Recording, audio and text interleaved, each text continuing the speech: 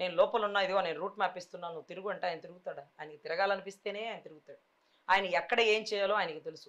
ఈరోజు కింద ground level జనాలందరినీ బలోపేతం చేసుకుంటున్నాడు. సో తద్వారా జనాల్లోకి అతి తొందరలోనే రాబోతున్నాడు. అంటే maybe on 1 week, next week programme sheet ready అవుతుంది. ఏ పనైనా చెప్పి చేసే అలవాటు. ఎందుకంటే గతంలో కూడా చంద్రబాబు గారు అరెస్ట్ అయినప్పుడు కింద పడి దొర్లుతున్నాడు అని ప్రభుత్వాలు మాట్లాడినప్పుడు ఆయన చెప్పింది ఒకటే, నేను చంద్రబాబు గారిని కలవాల్సి వస్తే, కలుద్దాం అనుకుంటే ప్రెస్ నోట్ రిలీజ్ చేసే కలుస్తాయి. ఎందుకంటే మీరు ప్రోటోకాల్ పెట్టుకోవాలి కదా పాపం.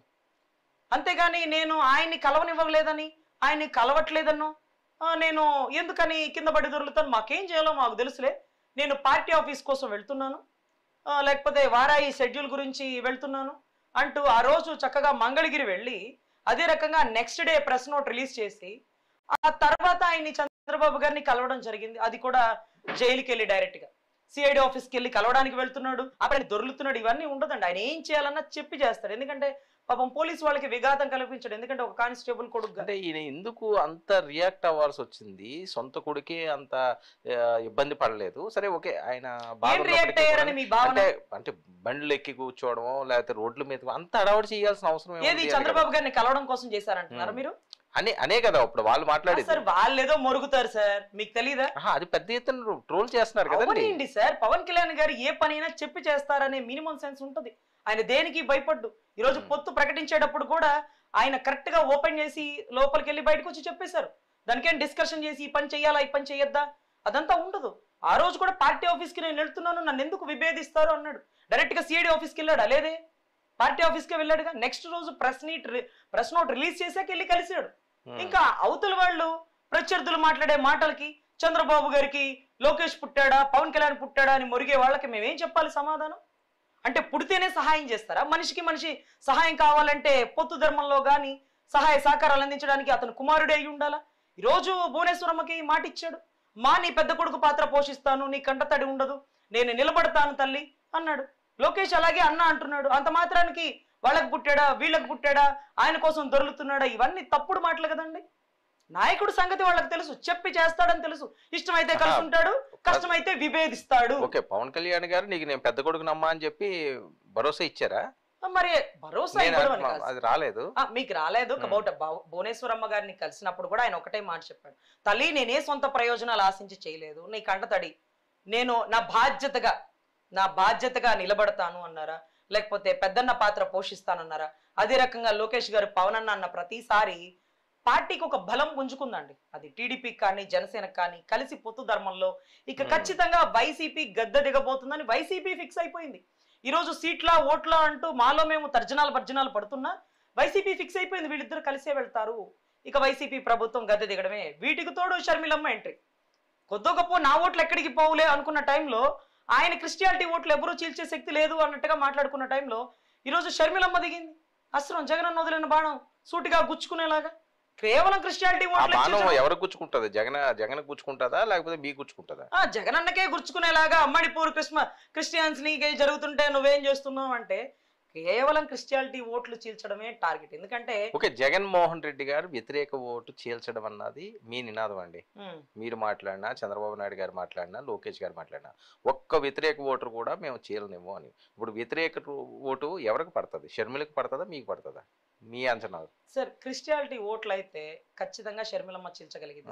ఎందుకంటే వాళ్ళు ఒక భ్రమలో ఒక మాయలో ఉన్నారు, ఒక ట్రాన్స్ కి గురై ఉన్నారు. వాళ్ళని కేవలం దాంట్లోంచి బయటకు తీసుకురాగల సమర్థత షర్మిలమ్మకి అనిల్ గారికి ఉంది. ఎందుకంటే ఆ రోజు ఆ ట్రాన్స్ లో దించిన వాళ్ళు కూడా వాళ్ళిద్దరే. మీకు బెనిఫిట్ ఏంటి ఆ ఓట్లు ఎటు వెళ్తాయి సార్? ఆ ఓట్లు ఎటైనా పోనీ జగన్ అన్న బలం తగ్గిపోవటం లేదు సార్. నా పర్సెంటేజ్ 35 అంతే ఉంది, నా పర్సెంటేజ్ 40 అంతే ఉంది అంటున్న మూమెంట్ లో ఈ 40లో 20 ఓట్ల మా ఫిక్స్డ్ ఓట్లు మాకున్నాయి, మేము రెండు కలిపితే రోజు ఉదాహరణకి నెల్లూరే తీసుకోండి, నారాయణ గారు ఓడిపోయింది కేవలం 3000 ఓట్లతో. అక్కడ జనసేన 8000 ఓట్లు పైచిలకు వచ్చింది. అదే జనసేన నారాయణ గారు కలిసి ఉంటే వైసీపీ గద్దె దిగిపోయేదిగా. వైసీపీ గద్దె దిగిపోద్దా ఒక నారాయణ గారు గెలిస్తే?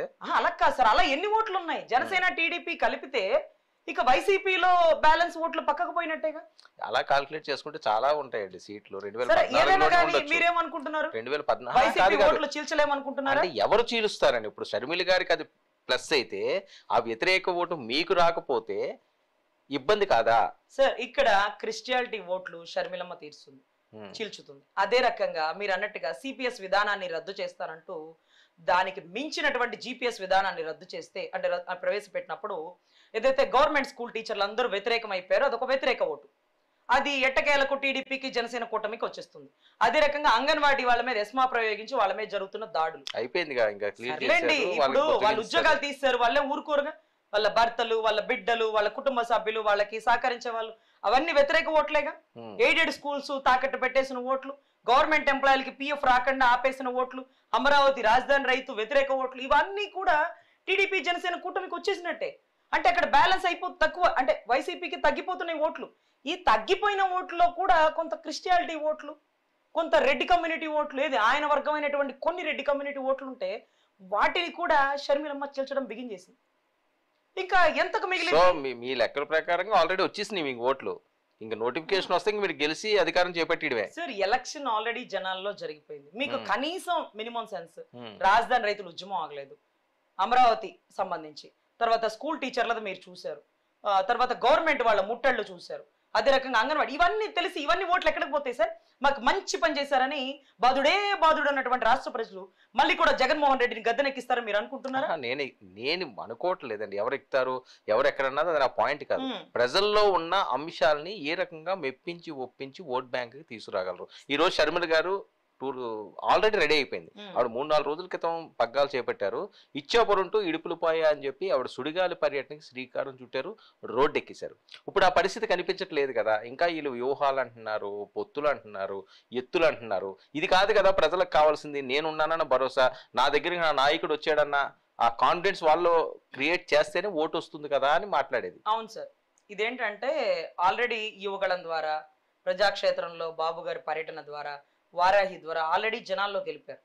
చివర్లో వచ్చి కాంగ్రెస్లో సీట్లు ఇవ్వాలన్నా, 175 చోట్ల పోటీ చేయాలన్నా, అభ్యర్థులు కావాలన్నా జనాల్లోకి వెళ్లాల్సిన ఆవశ్యకత ఇప్పుడు ఆమెకి అవసరం.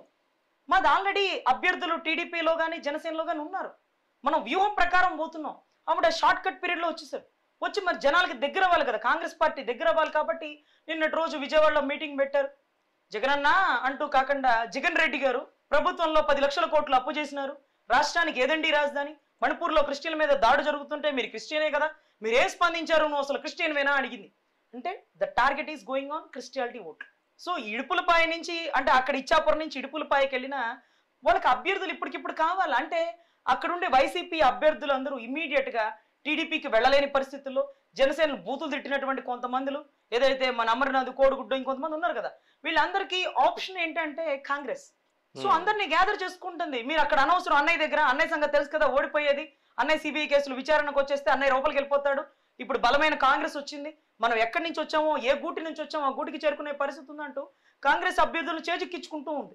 సో ఖచ్చితంగా కాంపిటీషన్ లో తెలుగు జనసేన కూటమి బీజేపీ వస్తే, ఇటు పక్క నుంచి కాంగ్రెస్ వస్తే, అటు పక్క నుంచి వైసీపీ, ఇంతమంది అభ్యర్థులు పోటీ చేసే పరిస్థితులు. సో టీడీపీ ఓటు 1% కూడా చీలదండి. ఎందుకంటే చంద్రబాబు గారు అరెస్ట్ అవ్వకముందు, అరెస్ట్ అయిన తర్వాత, ఎందుకంటే చంద్రబాబు గారు అరెస్ట్ అవ్వకముందు కార్యకర్త ఒకడే వచ్చాడు. ఆయన అరెస్ట్ అయిన తర్వాత విపరీతమైన జాలి, విపరీతమైన ప్రేమతో ప్రతి ఒక్కరు, ఇంట్లో ఉండే భార్య, బిడ్డ, కొడుకు మొత్తం బయటకు వస్తున్నారు. రే బాబు గారికి ఏంటి పరిస్థితి అంటూ. సో పవన్ కళ్యాణ్ గారు ఒంటరి పోరాటం చేస్తూ రాష్ట్ర ప్రయోజనం కోసం అన్న తీసుకున్న నిర్ణయానికి ప్రతి ఒక్కరు ఒక తాటి మీదకి వచ్చేస్తున్నారు. సో ఇక్కడ ఇంకా మోరోవర్ స్టాండ్ ఏంటంటే, ఇక కాంగ్రెస్ బలం పుంజుకోవడం కోసం 175 అభ్యర్థులను తెచ్చుకోవడం కోసం ఇచ్చాపురం నుంచి ఇడుపులపాయ వరకు వెళ్లాల్సిందే. మరి లేకపోతే 10 చోట్ల, 20 చోట్ల, 30 చోట్ల కాదు కదా, 175 మంది అభ్యర్థులు. ఎంతమంది వైసీపీ నుంచి వచ్చేస్తారు, ఆవిడ ఎక్కడికక్కడ తెచ్చేసుకుంటుంది. ఎలక్షన్ కోడ్ ఆన్ అవగానే మేము కాంగ్రెస్ లో వచ్చి జాయిన్ అవుతాం, ఇప్పుడు వరకు వద్దమ్మా, నువ్వు పార్టీలో పర్యటిస్తే పర్యటించాం, ఖచ్చితంగా మేము వస్తామని హామీలు ఇస్తుంటారు. వాళ్ళు ఎలక్షన్ కోడ్ ఆన్ అయ్యాకే వచ్చేస్తారు. అప్పుడు కాంగ్రెస్